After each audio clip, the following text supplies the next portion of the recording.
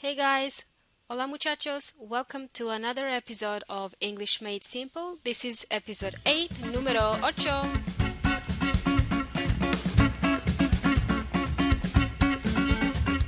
Hello, welcome everyone. My name is Milena, thank you so much for joining in. Hope everybody's doing well today.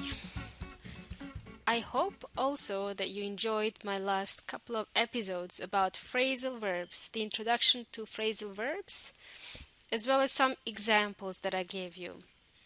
I would like to continue on from my last episode when I gave you the example of the phrasal verb to ask for.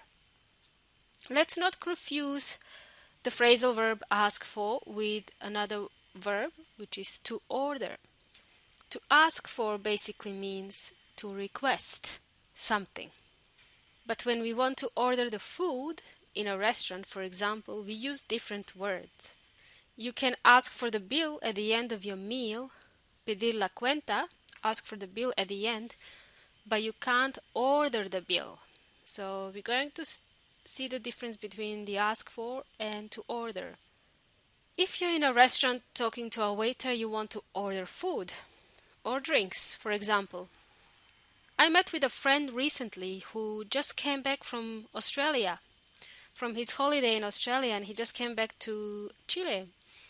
And he was so excited, that he went to practice his English in Australia, and he was over the moon, which means he was really excited. But he was telling me about his experience.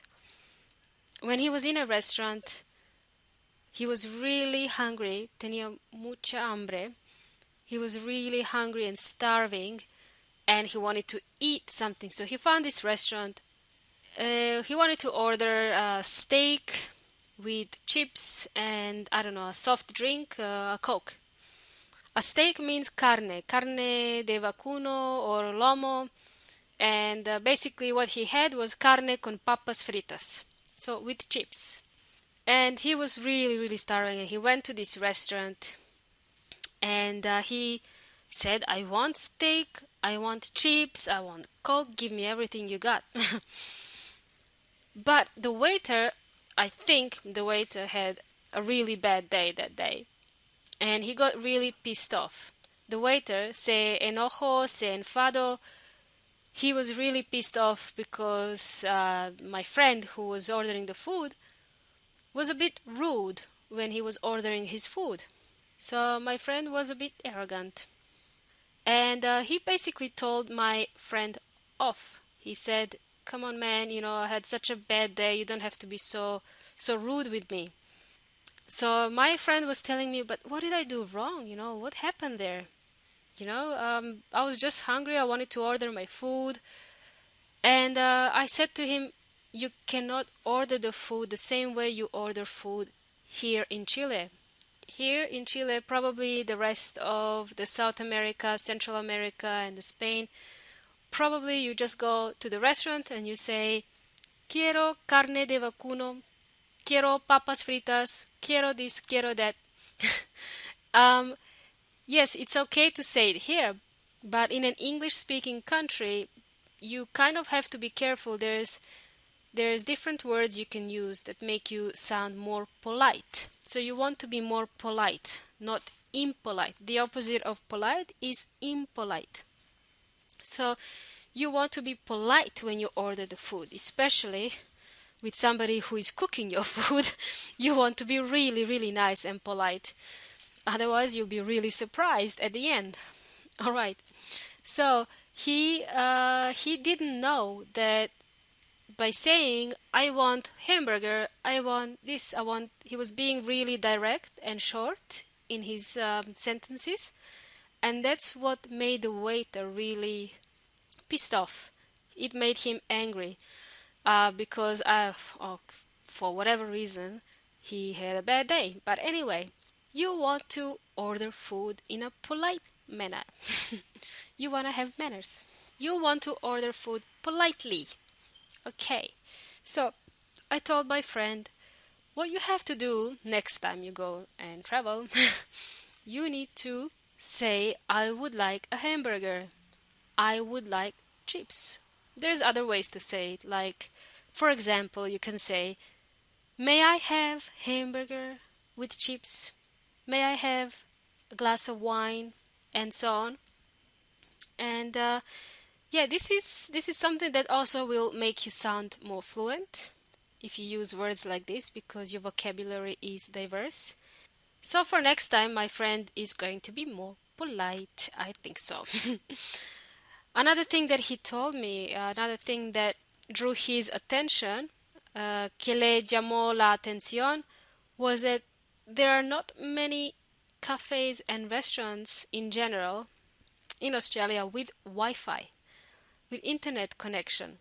So usually you would see a sign outside the door that says, yeah, Wi-Fi available.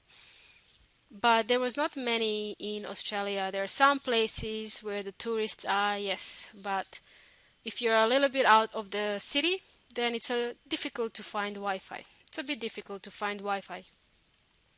By the way, when you ask for Wi-Fi, if you can't see the sign outside, you can just say, do you have Wi-Fi? And if they say yes, then you say, what is the Wi-Fi password? ¿Cuál es la clave del Wi-Fi? What is the Wi-Fi password? So these two things you can remember to ask when you are in an English-speaking country. So this episode is a little bit shorter than my previous episodes. I just want to sum up or conclude what we learned in this episode was the phrasal verb was to tell off. Regañar or llamar la atención. To tell someone off. Llamar la atención a alguien. A una persona, por ejemplo. For example. So, in my next few episodes, I am going to cover more on cultural differences between what I experienced as a foreigner, what I experienced here in Chile, versus in my home country, Australia, and also New Zealand. I used to live in New Zealand for a long time. So I will cover this in the coming episodes. The cultural differences between these countries. And if you keep on listening, people, I'm going to also talk about the dark side of English in the very near future. So when I say the dark side of English, I mean it's going to be about IELTS and TOEFL. These are English exams that everybody loves so much. Not. Keep on listening, guys. I'm going to give you tips on how you can improve your scores on those exams. So until then, hope you enjoyed this one as well as much as I did. Hasta la próxima. Hasta la vista, baby. Ciao, ciao.